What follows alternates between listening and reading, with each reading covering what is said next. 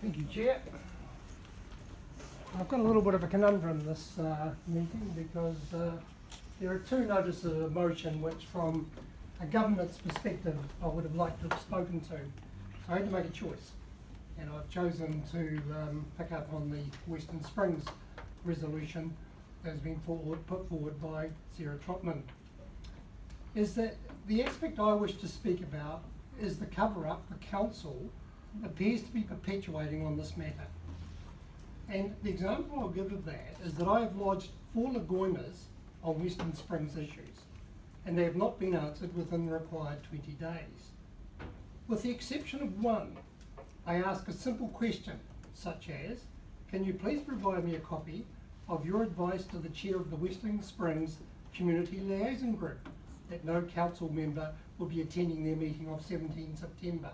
Not a complicated request, just a matter of going to the filing system and pulling it out.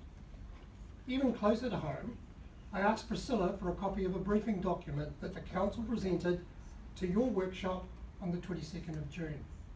I was advised that she couldn't provide it because she had been advised at the council that all such requests had to go through official channels. I am still, in fact I wrote here yesterday, I was still waiting for that document to be provided. Heaven help me, it actually turned up yesterday, so that was most pleasing. Several fellow travellers have said to me that the notice of motion that's been moved by Sarah will not get a seconder.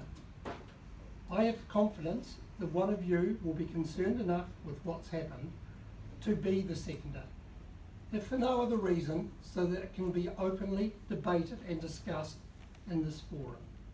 And certainly, if I have been in the chair over the years, is that I always made sure that there was a seconder, even if it was myself, to ensure things could be openly debated in front of the board.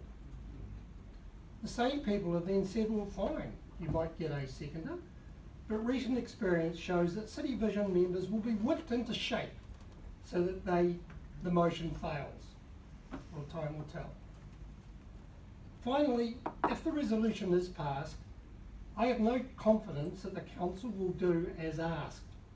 Sarah, if you had asked me before you submitted your notice of motion, I would have suggested that it read that the Waitemata local board asked the Auditor-General to investigate.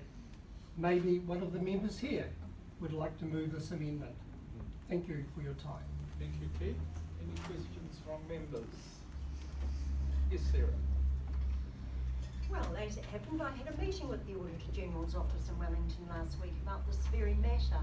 My question to you is why the Auditor-General, why not give Council the opportunity to do its own independent investigation, so long as it's truly independent?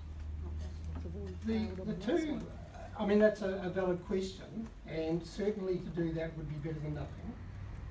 The two issues with an investigation is who they appoint to be the independent investigator, and secondly, the terms of reference for that investigation.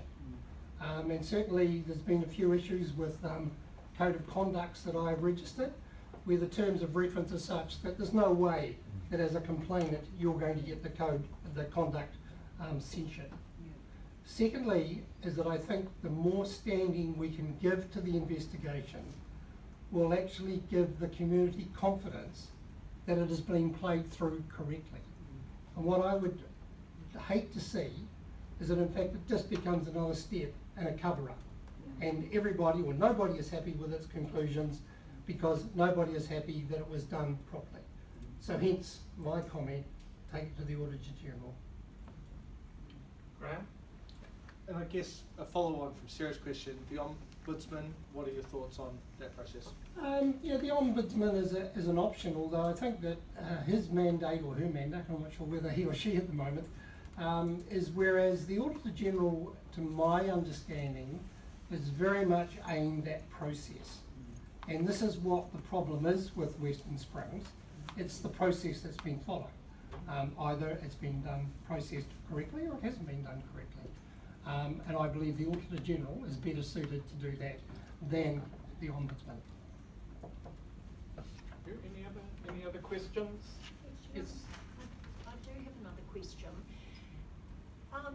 You've presented a few times on the governance around this project. Am I correct in assuming that the fact that it appears that the board's resolution of the 3rd of November has not been implemented to the extent legally possible, I'm referring here to the VISA methodologies, is that your biggest concern? No, it's not. It's only one of many aspects. I mean, there's the issue as to whether the resource consent has been provided. There's a question as to whether the contractor has stayed within the terms of reference. There is a question as to whether the scope of work for the contractor was appropriate. And in fact, I can go on at length, but I'll be well outside the 3 minutes, I can assure you. And my final question is, there's a number of investigations going on around this already. There's an internal investigation about a matter that I won't reveal. There's my code of conduct, 200 pages, most delightful read. There's another one, there's the independent chair of the community liaison group who has had a scathing letter sent to him in terms of his performance. So do you envisage that all of those investigations get sort of, is that what you're proposing? Yep, no, they need to be, it needs to be all encompassing.